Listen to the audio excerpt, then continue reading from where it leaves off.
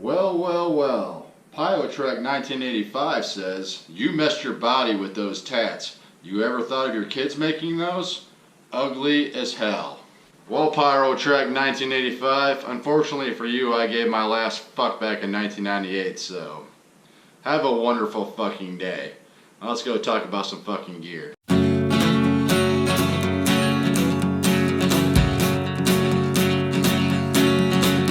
The old kickity clack of the train car running. Sounds out that rhythm on my mind.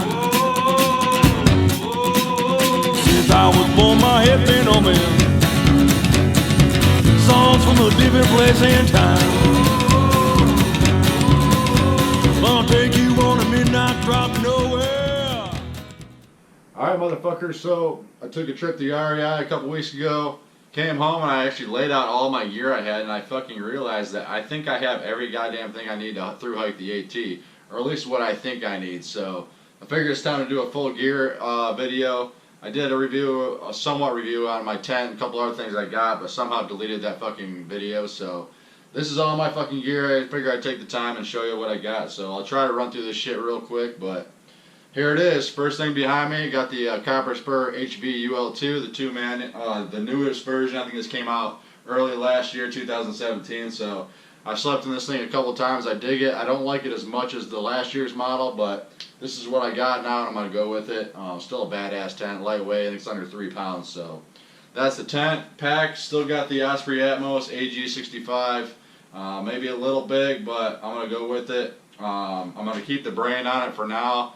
If it becomes a pain in the ass, I'll send it home, but as of right now, I like keeping a few things up top that I can access throughout the day real easy without going inside my pack. So this pack is comfortable as hell, can carry 30 pounds like it's fucking nothing. So I'm not an ultralight guy. I don't give a shit about buying a fucking Z-Packs or something like that as of now, but Osprey's a durable pack. So other than that, sleep system, got the Sierra Designs 15-degree bag.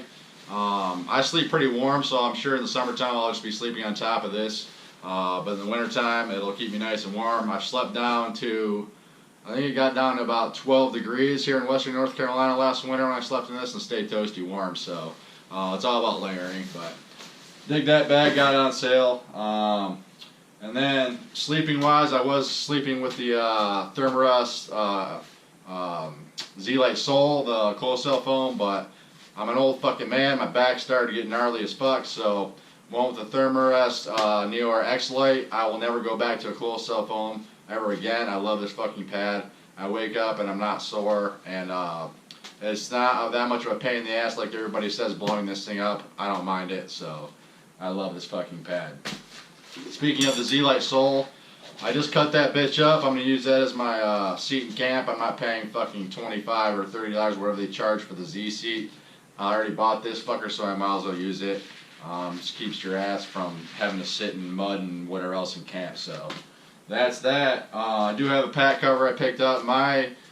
They were running a promotional thing with these Osprey packs for a while where they gave you the pack cover with it, but this particular one didn't have it, so I did pick it up. I lined my bag with the trash contractor bag, but just for peace of mind, I bought a pack cover in case it's fucking downpouring, and a little bit more peace of mind with that. So that's the pack and the sleep system. I guess we'll go on to clothes next. One of my subscribers I mentioned way back in another video gave me his old down jacket, and I still appreciate that, man. I still got it. Fortunately, I ripped a fucking hole in the back of it because I'm a dumbass. So I still have it as a backup, but I got this Patagonia puffy on sale on Patagonia's refurbished website, or part of their website, whatever is the used shit. So I ended up getting this. This is the 2014 model. I got for $75, so I couldn't really fucking pass that up. Digging this, warm as hell and light as hell. So hiking clothes, I got some just cheap ass Columbia zip off pants. I prefer hiking in pants even when it's fucking hot out. I have a real big issue with fucking ticks, and here in western North Carolina, every time I go out, it seems like I'm pulling ticks off of me or my pups. So I'm going with the zip-offs. If they become a pain in the ass, I'll trade them in for some running shorts or whatever, but I'm starting with zip-offs. I dig them. And then for a shirt, I hiked in a long sleeve what the fuck is it called? I don't remember. I bought a long sleeve shirt last summer and I hiked in it a while. It's nice, but it does. You can't really beat a fucking light dry fit t-shirt. This is just Nike. I've had this thing forever. I bought it for trail running and whatnot, and I still got it. So it breathes fucking insanely good, and it dries really quick, and it's light. So I'm gonna go with the Nike dry fit shirt for that. As far as when it's at night and it's cold, I got a Under Armour cold gear shirt. This thing is warm as hell. If I absolutely have to, I'll hike in it in cold weather, but my body heats up pretty quick, so I don't think I'll need it. It's there. I'll sleep in that, and if I have to throw it on during the day when it's cold, I will and hike in it. So, also got a pair of cheap ass Cabela's polyester spandex long johns. I use these for sleeping as well. Underwear, I got some Under Armour, I don't know what the fuck you call them. Everybody talks about ex officios. I'm sure they're fucking wonderful, but these things work just as good. I'll wear two pair of these. I'll bring two pair of these. Socks, everybody wears Darn Tough, and there's a fucking reason for it. I got two pair of Darn Toughs. I actually have like 6 or 7 pairs of these, but I'll bring 2 for the through hike, and then swap those out when I need to. I also have a pair of Smart Wools when it gets cold at night to sleep in. These will just be my sleeping socks. Funny story about these socks, I actually found these at Grayson Highlands when I went out there last early spring, like in March or April. I was hiking Grayson Highlands and I fucking found these on the ground. So either there was some through hiker that said fuck it and left them there, or what, I don't know. You don't see fucking socks, and it was snowing out, so I have a good feeling there was a through hiker that got hypothermia and stripped down, and then he's fucking dead somewhere, and I took his socks. So there you go. Has lost my game. Bandana. I'm actually bringing 2 of these. I carry one on my pack for sweat, and I carry one for any camp. These things are my favorite piece of gear, believe it or not. You can do so many goddamn things with a bandana, wiping up shit in camp. If you have to wipe your ass with it, you can, but I bring baby wipes. Also, I'm bald on top, so I can use this on my head if I'm not wearing my hat. Speaking of hat, outdoor research hat, I've got a shit ton of hats, but I'll probably be wearing this one for the through hike. Arc'teryx beanie, I have an Arc'teryx beanie, so it looks like I'm a fucking baller and I can afford the shit, but in reality, all I can afford is the fucking beanie of Arc'teryx, so that's why I have that. So it looks like I got fucking money. Footwear. All last year, over winter, and this spring, I hiked in the La Sportiva Wildcats. These things have treated me very well. I probably have 300 or 400 miles on them, and the tread's starting to go, and they're starting to rip a little bit on the sides. So I figure I love these shoes, but I'm gonna switch it up a bit, and I just picked up some Solomon's. These are the XA Pro 3Ds. I did a short hike on the Mountains to Sea Trail a couple days ago, and they felt comfortable. I haven't put any miles in them yet, but I figure I'd try Solomon's, and then I can always go back and get another pair of Wildcats if I don't like these. So I figure I'd switch it up a little bit. Rain gear, picked up the Outdoor Research Helium 2.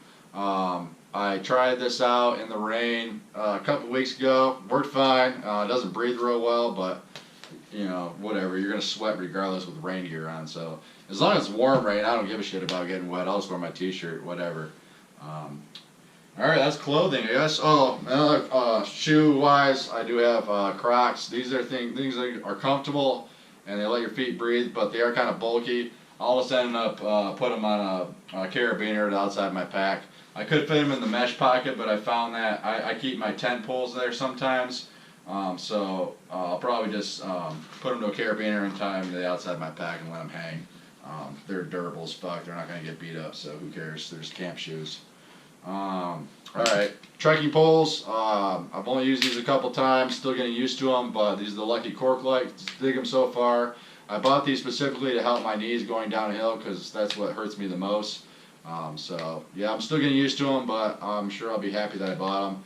Got some duct tape wrapped around one for repairs on whatnot, rain gear, fucking tent, whatever. Alright, kitchen wise, got the Jetboil Mini Mo. I bought this thing last year. I bought it with the intention of cooking in it, but I found that the past 3 or 4 months I rarely cook in it anymore. And I was a dumbass actually and cranked the heat on this thing one time without water in it, so it burned off the inside coating, the non-stick on the pot. So what the fuck ever. Like I said, I basically eat Pop-Tarts in the morning. I snack throughout the day, And then the only time I use this thing is for at night. I have to have a hot dinner, so I use it to boil water for that. And then I'm a coffee fiend as well, so I use it to boil water in the morning for coffee.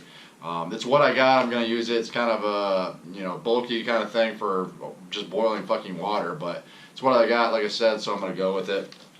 Do keep a lighter in there in case the self-igniter on this thing takes a shit on me. I do have the lighter in case I need to light it that way. But that's the kitchen. Got Sea to Summit Spork. No issues with this thing. It works just fucking fine. I paid $15 fucking for this at REI, but for a goddamn spoon. But whatever. It's what I got. Like I said, so it works.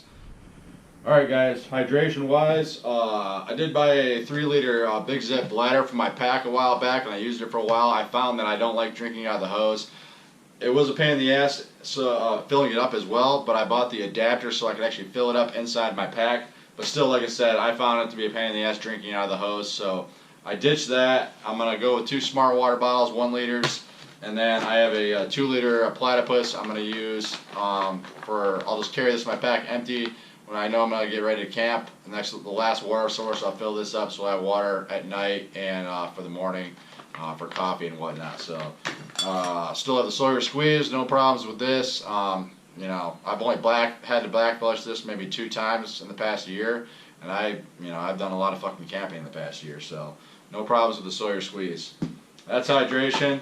What the fuck else? Electronics, I guess. I guess that's the last thing I got.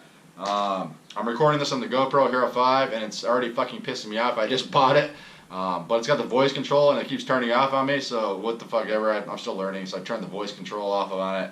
I'm going to use my GoPro Hero 5 to vlog the through hike, and I'm still learning the iPhone mobile app, so I'm going to be doing all my editing on that. I did my last video on the iPhone iMovie mobile. So, I've always used iMovie for editing my videos for the most part, so I'm familiar with it. It's just getting used to the mobile version. I have 2 SD cards for my GoPro. I have a 32 and a 64, so hopefully that's enough footage, storage for footage. Had to get an SD card reader so I can plug the footage from my GoPro into my iPhone and I edit it through there. And then I have all the charging cables. I carry my iPhone for obviously editing, but also listen to music on trail. I know it called me an asshole, but I do listen to podcasts and music. So I do have the iPhone, and then I'll probably take occasional pictures of this as well. Charging cables for everything. Charging cable for my iPhone, for my GoPro, and then I also have to charge all this shit. An Anchor 10,000 milliamp battery. Probably could have went with one bigger for all the devices I got, but it'll work. Whatever. You're in town every 3 or 4 days anyway, so. That should be just fine. I also got to charge my headlamp, which I bought one USB compatible for that very reason, so I don't have to fuck with batteries. So this is another thing I have to charge, but I've used it a couple of times. It's bright as fuck. I'm digging this headlamp. It's kind of bulky, but whatever. I like it so far. I don't know what the fuck else I bought. Oh yeah, stick pick for my trekking poles. That's what I'm going to record with for my GoPro. Yeah, it works pretty good. I actually haven't used it in the trail. I just dicked around with it in my house, so seems like it'd be alright. Got the tripod adapter on it, so I can just hook it to my GoPro and then to my trekking pole. So we'll see how that fucking works. I also have this little clip mount for my GoPro, which I've always used in the past. It's nice because I can clip it right to the strap of my pack, and this is good for like hanging to trees and tree limbs and shit if you want to get different angles and whatnot. So it's pretty light. I don't know if I'll carry it or not. Like I said, I can just clip this to the strap of my pack and forget about it, but it's pretty light. I'll probably end up carrying it.